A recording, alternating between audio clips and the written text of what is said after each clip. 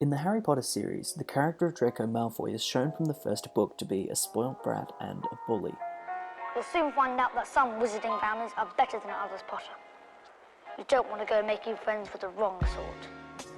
In Book 2 we meet his father, Lucius Malfoy, who is just the worst, and we see that Draco is very much in his father's shadow.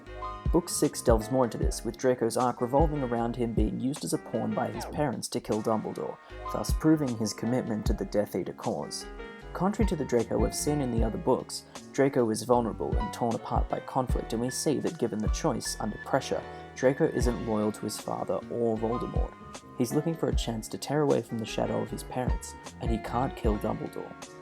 In the 7th and final book in this series, Malfoy finishes the story fighting alongside Harry, Ron and Hermione, finally paying off a satisfying series-long redemption arc, and demonstrating, much in keeping with the themes of good and evil throughout the series, that there's always a way back for anyone who chooses to be good.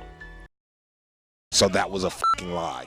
In Harry Potter and the Deathly Hallows, Draco continues to bend to his parents' will and is completely miserable, but ultimately continues doing what he always has. A behind-the-scenes look at the film reveals a deleted moment in the final battle in which Draco sprints away from his parents and throws Harry's wand to him, which could have been a satisfying redemptive moment to close out his character arc and show where his true loyalties lie, and YouTube videos that show this moment are filled with comments such as this. I hate the fact that they set up Draco's character as the mean bully character who is supposed to get redemption, but they don't give him redemption. It made him look like a pointless character.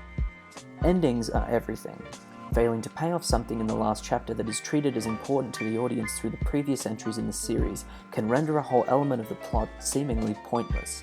Now, I could have used Game of Thrones' final season as an example of an unsatisfying ending that fails to pay off crucial plot elements and therefore left fans deeply and vocally unhappy, and don't worry, I will.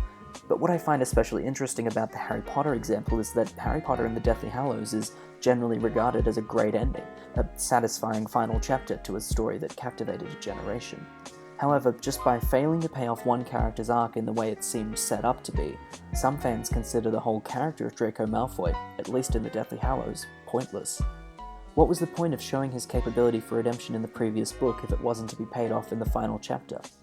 This is how important an ending is, especially to a larger or multi-part story. Failing to validate what the audience thinks is important leaves them feeling cheated, like there was no point to some parts of the journey at all, because they felt it was important to them, but seemingly not to the creator.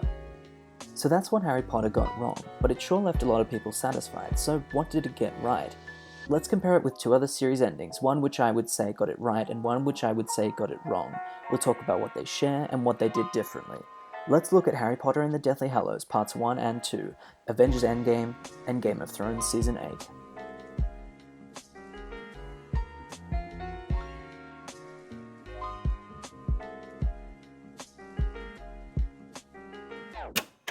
Endings are about payoff, as we've established with Draco Malfoy's arc, so let's compare one major character arc payoff moment from each story and talk about why two work and one doesn't. In Harry Potter, this moment comes with Voldemort announcing his dark victory. He has killed Harry Potter. The good guys have lost all hope. Well, not if Neville Longbottom has anything to say about it. Well, Neville, I'm sure we can find a place for you in our ranks. I'd like to say something. Doesn't matter that Harry's gone. Stand down, Neville. People die every day. Friends, family. We lost Harry tonight. He's still with us. In here, so's Fred, Remus, Tonks. All of them. They didn't die in vain. But you will. Because you're wrong. Harry's heart did beat for us. For all of us. It's not over! Throughout the rest of the series, Neville is defined by his bumbling awkwardness, but also his bravery despite that. He's about the last person anyone would expect to be a speech-giving hero, which is why when we catch glimpses of him in the tail end of the series gaining confidence, and then get this great payoff moment of him rousing the people on the battlefield that it's not over, that Voldemort can still be defeated, it's just so satisfying to remember the clumsy boy in first year who couldn't fly a broom and see how far he's come. The Harry Potter fandom is arguably one of the most creative of all, by metric of fanfiction volume and fan theories. One such fan theory posited that Neville Longbottom, not the titular character, was the chosen one described in the prophecy from Order of the Phoenix. Several lines of the prophecy line up specifically with both Neville and Harry, and considering the books are mystery stories, this could have made for an interesting twist, with Harry being a series-long red herring. The story doesn't yearn for this payoff in anywhere near the same way as Malfoy's Lost Redemption arc, but Neville's moments of heroism in the final book make for a satisfying close to his arc that acknowledges fan investment in the character, validating what the audience considers important and rewarding them for investing in the whole story. In Avengers Endgame, all seems lost, with the big three having faced a second defeat in battle from Thanos, who's returned from the past to undo the victory that the Avengers had just achieved. We're at just about the lowest low point, and it looks like Thanos is about to kill Thor when...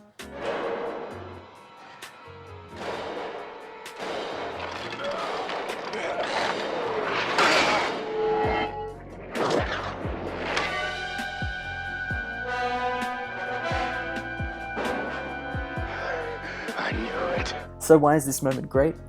Well, at this point in the series, it's been well established that Mjolnir can only be lifted by the worthy, a la the sword in the stone.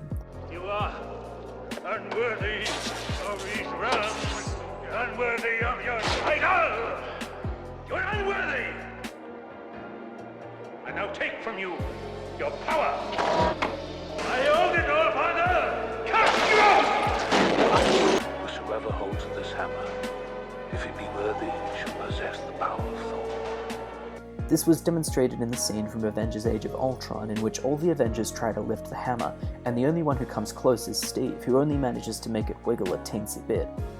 The payoff several films after Age of Ultron, when Steve actually lifts the thing and wields the power of Thor against Thanos, oh man, unbelievably cool. It takes us from a low to a high in a moment, and shows the moral integrity of Captain America is so strong that he can wield a magic hammer. It also charges us into the final battle and begins what then becomes a full hour of fan service payoffs with varied contrivance, but these contrivances are easily hand-waved away because they reward the audience for having watched the previous films in the series, and the more of the Marvel Cinematic Universe that they've watched, the more rewarding that the sequence is. Aristotle said in Poetics that a good ending to a story should feel surprising yet inevitable. It shouldn't deliver exactly what the audience expects in exactly the way that they expect, nor should it completely stun in its shocks and twists.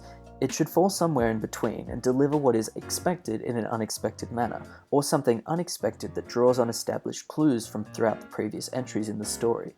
Game of Thrones' final season tended to favour the surprising while trying to argue that it was inevitable. Episode 5 of 6, The Bells, follows Jon and Dany's forces as they invade King's Landing to battle Cersei for the throne. At the height of the battle, Jon and Dany have won. The city surrenders. Dany, someone tell Dany that she's won the battle. Oh. That's... Why did she do that? Okay, this is surprising, but is it inevitable? No. No, it's not.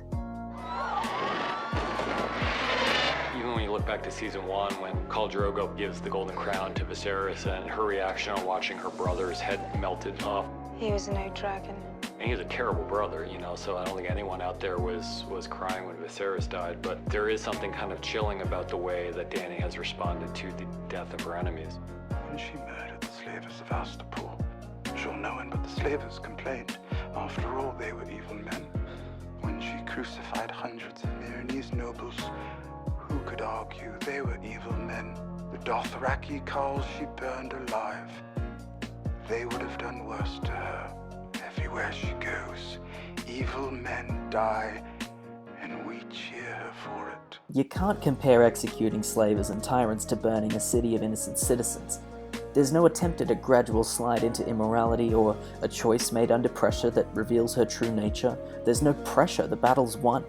This isn't her true nature either. It has never been internally argued that Dany should be held accountable for executing slavers and tyrants. Dany is always presented in both the Watsonian and Doyleist framing as a heroic savior. Look, really, there were a lot of ways to make this story beat work in the framework that they'd set up. The point is that they didn't. It makes for an unsatisfying and contrived end to a crucial character arc. It fails as a payoff because it wasn't set up effectively and was executed in an illogical fashion. Character arcs being paid off are obviously vital for a final chapter, from seemingly insignificant background characters to the main characters of the series. The more that the creator mines from earlier chapters of the story to revisit and pay off as many characters as possible, the more satisfied the audience will be.